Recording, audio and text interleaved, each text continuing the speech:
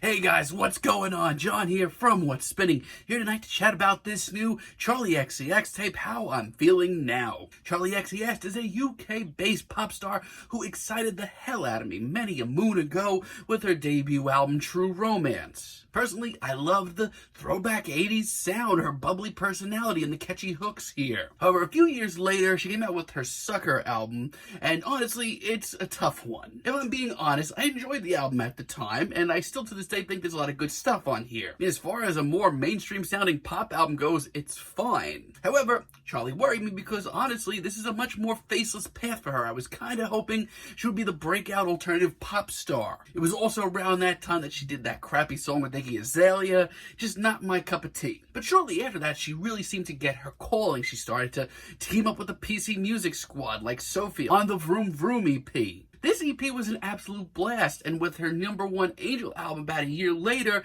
she seemed to really translate this sound to an album very nicely. Tracks like Drugs and Lip Gloss were just so bubbly and fun. Now, her follow-up, Pop 2, is a little harder to get into. It takes a little bit more time to really put your head around, but it's equally quirky, fun, and catchy, and pretty groundbreaking in pop music. Not only that, but out of nowhere, Charli seemed to be the ambassador to the quirkier side of pop music that I always hoped she would be. Now, in 2019, last year, she released her Charli album. Now, I didn't really think that this album kind of lived up to my expectations.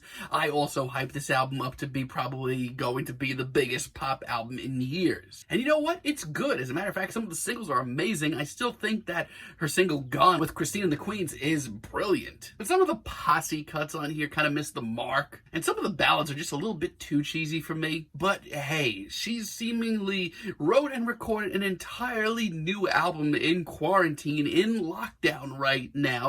And I've been very excited to hear it. Let's chat about it. This album starts off with Pink Diamond, and right off the bat, it's certainly a lot more quirky from Charli. It's definitely quirkier than anything on her last album, that's for sure. It's very noisy, actually. It reminds me a lot of her Vroom Vroom EP, or what it would sound like if she did a collaboration with Death Grips. It's really intense and noisy and busy in Charli's own way. Now, I, like most of the world, and Charli too, have been in lockdown for the last couple of months, but this track right now, it's got me really ready to turn the hell up. And you know what? It's not the very glamorous, very expensive sounding Charli that we got on her self-titled album. Man, it's just so exciting and it's just so raw. Man, this is great. She just sounds explosive and ready to pounce. It is exciting. And I don't know what rock she found claws under, but I'm freaking glad that she did. I've been obsessed with this track ever since she dropped it. Talk about an absolute banger. This track is out of control. It's bubbly, it's quirky, it's noisy and loud. Once again, if you were a fan of like her Vroom Vroom EP,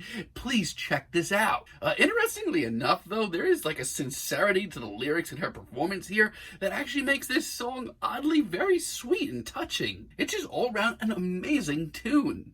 Funny thing about the track Detonate, I actually got worried about this track, seeing it coming from afar. I actually thought it was that god-awful track that she did for the Angry Birds movie, but apparently that was Explode. But no, this track is just upbeat and incredibly quirky. Once again, very enjoyable. It's funny, I feel like a lot of this album, you can kind of tell that Charli wrote this very much so in the moment, but I don't think that's a negative. I think that's very positive. It ends up being very raw, being very honest. And sure, you know what? This track could probably be pushed a little bit further, but it's likable and one of the most genuinely catchy tunes here. Anthems, on the other hand, sounds like the caffeine-fueled underbelly of like the Pop 2 era. This is just a seriously erratic, eclectic, wild pop banger. Here, Charli barely sounds like she's even in control of this track, but you know what? It's really exciting. It's just so explosive, but it's also like really carefree and colorful. I mean, this is just so Charli. As a matter of fact, I'm surprised we didn't hear more of this sound on here. Once again, as wild and bombastic as this track is, there is a sincerity to this track deep down in the lyrics that just warms me up a little. Now, for me, there are a few missteps here. For one, I'm not that big on Enemy. This is a sound that I've also really wanted her to go down. I like the sort of 80s throwback synths here. I really wish she would kind of do more with that. But for me, this track compared to some of the other tracks here just doesn't add up. I mean, I'm just not nearly as into her performance here, especially in this slew of tracks that are genuinely very exciting. You know, this isn't actually that easy of a listen to at times. There's some pretty abrasive, wild ideas here. If you're a very casual Charli fan, this could be tough at times. We also get C 2.0, which is kind of a rehashing of Click from her Charli album. And if you know my thoughts on that track, then you might know my thoughts on this track as well. I wasn't high on that one at all. I mean, it's okay. I mean, it's certainly bubbly and interesting in parts. It has some good ideas, but it's also one of the more obnoxious tracks here and underwritten for sure. Now, I do like the second half of the track a lot, where Charli brings in a lot of updated vocals. That sounds great. As a matter of fact, if she took those and made a whole new track out of this, I would be 1,000 times happier. Even some of the synth work is great here, but that first half of this track and Click as a whole, it's still just not for me. And Visions as a finale, honestly, I was crossing my fingers. This is the kind of track that we wouldn't hear on this album. This is the kind of track that Charli, in my mind, still needs to perfect, the ballad. Look, her sincere lyrics are one thing. They're still very down to earth, very warm. But as an auto-tune ballad, I mean, God, there are so many better out there. This just doesn't cut it for me. I would even say that it's my least favorite track here. I do like the much wilder beat that pops in the second half, but honestly, it's a real shame that it was wasted on this track. But hey, man, the rest of this album is pretty sweet, very enjoyable. Charli just makes really feel-good pop music right now. Forever is almost on the more lo-fi side of this album. The beats here is definitely on the grimier side. Once again, there's just such a sincerity to these lyrics that just makes your heart melt. It's so simple, and it's just so easy on the ears, easy to take in. It's a timeless message, but Charli makes it seem pretty fresh. I mean, hey, even in her discography, she's wrote this track seemingly a bunch of times. But something about this, in this moment, in this world that we live in 2020, just makes it hit so much harder. It just seems so unbelievably sincere. As far as a ballad goes, 7 years is 1,000 times more interesting. This is just such a wonderfully feel-good track, even if it is on the simpler side. I mean, it is nice to hear that as Charli is growing and maturing, things are looking up for her. And like the rest of this album, this isn't straightforward. Charli is still taking a bunch of risks here. It's very playful still. And what an exciting time we live in for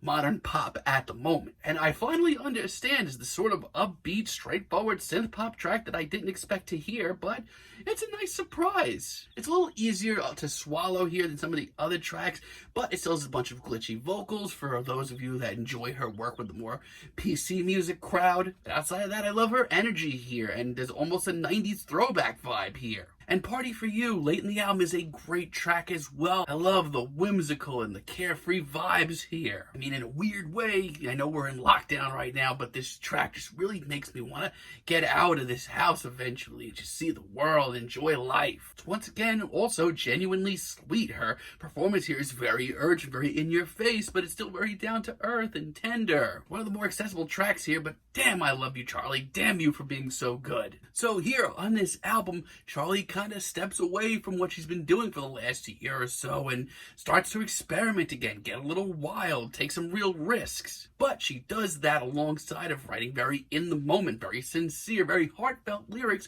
for a really interesting combination. Now, I don't think this is the best thing that she's done. I think some of her earlier work has been better, but if this is what she's doing just in her casual free time, God, we really have a gift in Charli XCX, especially right now. I'm feeling a light 8 on this album, but let me know what you guys think down below. If you liked the video, be sure to give us a like, give us a subscribe, and let me know down below what you would like for me to chat about in the future. And until next time, have a great day, guys.